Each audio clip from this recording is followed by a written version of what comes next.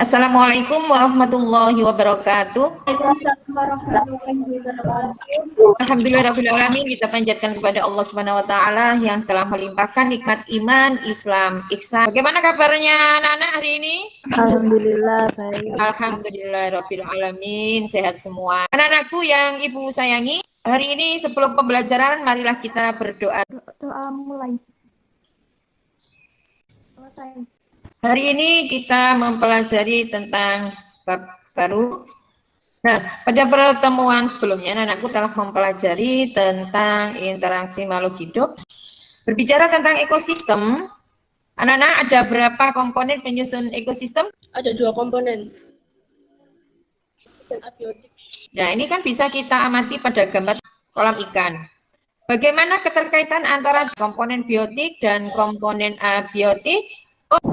Hubungan antara kedua komponen, yakni karbon dioksida yang dihasilkan dari proses respirasi, digunakan tanaman untuk fotosintesis. Proses fotosintesis menghasilkan oksigen untuk bernafas. Jadi ada 2 komponen betul dalam penyusun ekosistem, komponen biotik dan abiotik, yang keduanya saling terkait. Dijelaskan oleh Mbak April bahwa di situ hasil respirasi makhluk hidup ikan di situ CO2 ternyata bisa bermanfaat betul dan diperlukan oleh tanaman untuk proses fotosintesis yang selanjutnya menghasilkan oksigen, digunakan kembali oleh ikan tersebut untuk proses respirasi. Adakah anak-anak yang ingin berpendapat dari gambar tersebut? Keterkaitannya bagaimana? Mohon maaf Bu, atas nama Vanessa ingin berpendapat.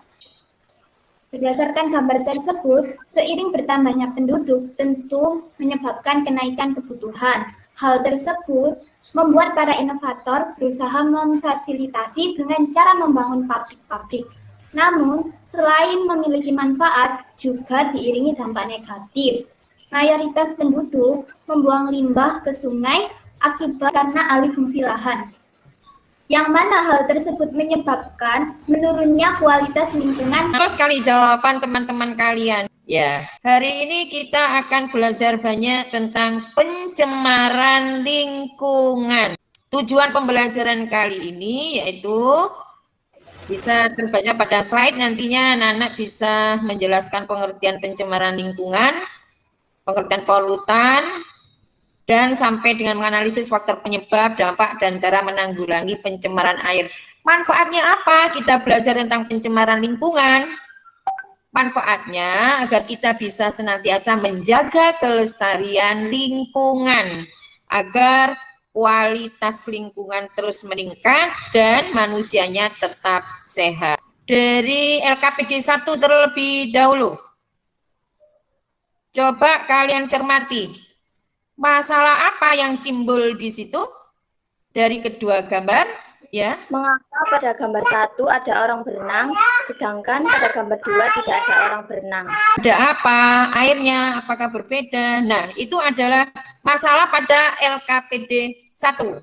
Ya, LKPD 2, tolong dilihat anak-anak. Di situ kita menyelidiki tentang pencemaran air. Masalah yang muncul dari kegiatan itu apa? Bagaimana menyelidiki pencemaran air. Berikutnya pada LKPD 3 itu ada artikel. Artikelnya tentang pencemaran air, sungai di Pulau Jawa itu sedang sakit.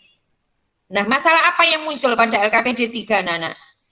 LKPD 3 yaitu faktor penyebab, dampak, dan cara mengatasi pencemaran air. Iya. Itu perlu ya, itu masalah ya. Mengapa sungai di Jawa itu sakit? Kita harus bisa menganalisis faktor penyebabnya, ya kan? Kemudian bagaimana cara mengatasi pencemaran air tersebut, ya. Jadi ada 3 masalah yang harus kita selesaikan. Kalau diperhatikan LKPD 1, LKPD 2, dan LKPD 3 itu bisa dikerjakan dengan menggunakan aplikasi Zambot. Kan Ibu share aplikasi Zambotnya. Setiap anak berkewajiban untuk menyelesaikan tanggung jawabnya, kemudian dikoordinir dalam kelompok. Kita berbagi Zambot. Tolong anak-anakku bekerja diskusi di aplikasi Zambot. Ibu akan memantau, membimbing kerja kalian. Untuk menyelesaikan masalah ini, anak-anak bisa mencari informasi yang akurat dari buku referensi lain yang relevan. Kalau ada ditanyakan, silakan.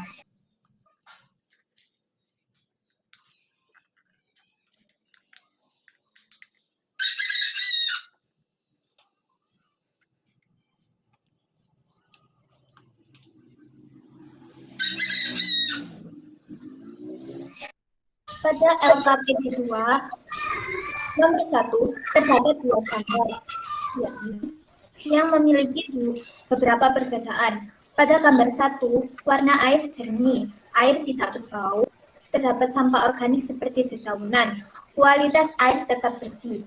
Gambar kedua memiliki perbedaan, warna air keruh, air berbau, terdapat sampah anorganik seperti plastik, serta kualitas air tercemar.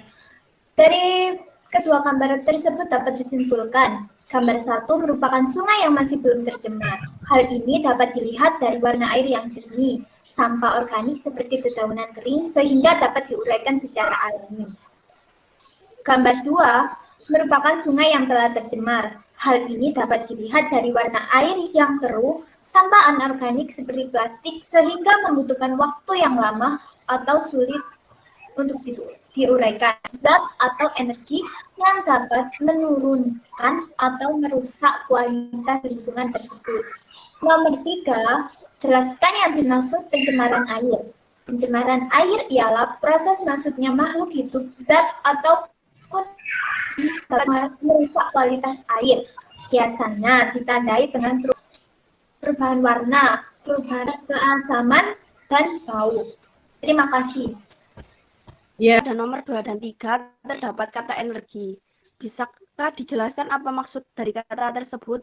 Energi yang dimaksud adalah adanya perubahan kimia yang menyebabkan terganggunya kualitas dan air. Untuk menyelidiki pencemaran air. Kata pengamatan yaitu kode A. Sebelumnya yaitu berbau amis dan berwarna kehijauan.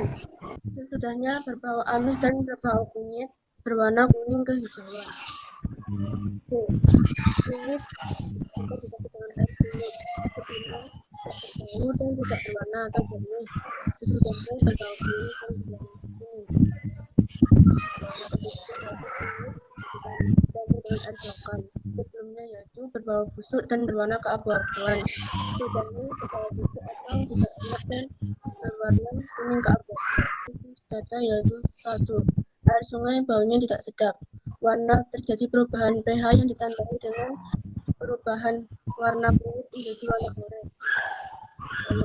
Dan 2. Air sumur tidak berbau. Tidak terjadi perubahan pH dan tetap menjadi warna kuning.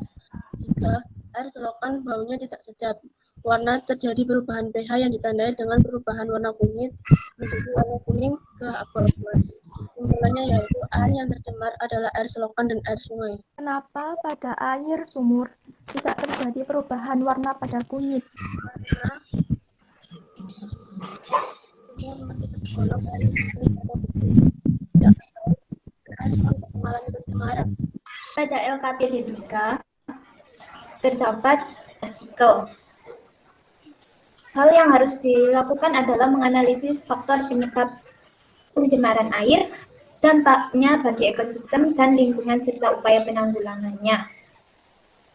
Faktor penyebab disebabkan dari limbah cair dan padat industri. Limbah tersebut cenderung mengandung zat berbahaya, biasanya berasal dari pabrik tekstil. Kedua, limbah rumah tangga. Ketiga, limbah plastik yang dibuang di sembarangan tempat. Dampaknya yaitu 1. Menimbulkan penurunan spesies ikan di sungai. 2. Beresiko terhadap kesehatan anak-anak dan sekitar. Dan cara menanggulanginya yaitu membuat kolam stabilisasi, membuat ipal atau instalasi pembuangan air limbah. Keempat, melakukan gerakan 3R, yaitu repair, perbaikan, reuse, penggunaan ulang, reduce, mengurangi, serta recycle, mendaur ulang. kelima, yaitu pemerintah diharapkan menindak tegas pelaku pembuang sampah di sungai. Saya Ibu mau bertanya, Silakan, Mbak Alia. apakah ada limbah lain yang mempengaruhi selain limbah industri dan rumah tangga? Ada bahwa penggunaan pupuk kimia yang berlebihan juga dapat mengaruhi pencemaran lingkungan, seperti terjadinya eutrofikasi atau meningkatnya pertumbuhan eceng gondok secara besar-besaran sehingga ekosistem di sungai terganggu. Kita simpulkan bersama untuk LKPD 1, silakan yang berkenan menyampaikan kesimpulannya.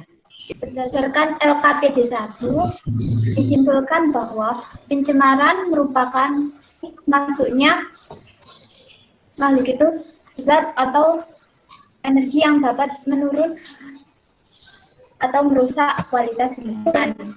Pencemaran juga terbagi menjadi 3 macam. Yang pertama pencemaran air, pencemaran tanah, dan pencemaran udara. Jadi konsep pencemaran lingkungan di situ masuk. Pencemaran lingkungan adalah proses masuknya makhluk hidup, zat atau energi yang dapat menurun atau merusak kualitas lingkungan. Ya, ada 3 macam pencemaran tadi disampaikan Mbak Vanessa: pencemaran air, udara, dan tanah. Berdasarkan data pengamatan, Ya, air yang tercemar adalah air sungai yang terjadi perubahan warna dan bau. Air selokan, sementara air sumur masih lestari sehingga masih dapat dikonsumsi.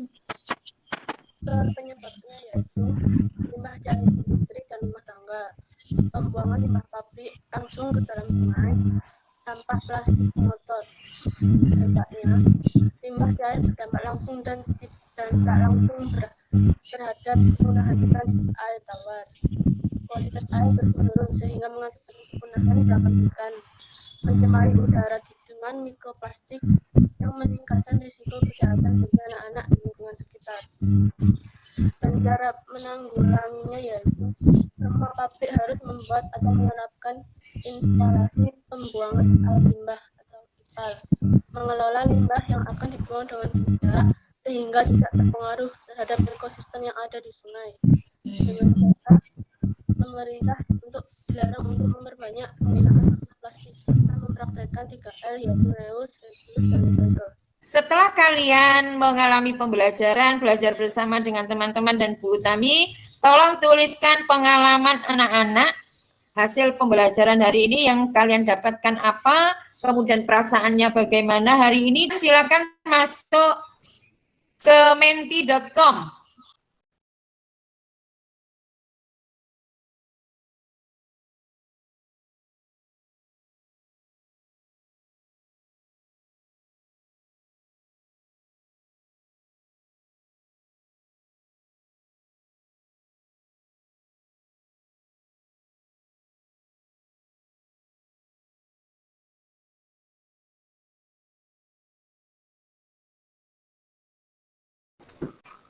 Tempat pengolahan air yang berlokasi di selatan Frankfurt ini adalah satu-satunya di Jerman dan ditujukan untuk mengolah air sungai.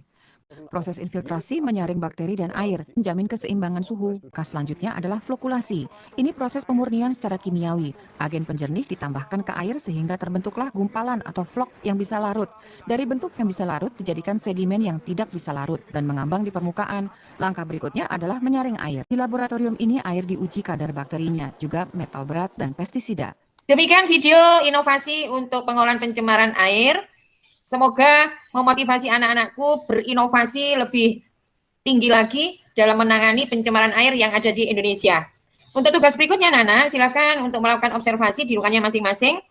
Pencemaran air yang terjadi, kemudian dampaknya apa, dan kemudian cara penanggulangannya. Jadi kalian menuliskan gagasannya apa dalam menanggulangi pencemaran air yang ada di lingkungannya masing-masing, presentasikan dalam bentuk video, kirim ke YouTube. Oke?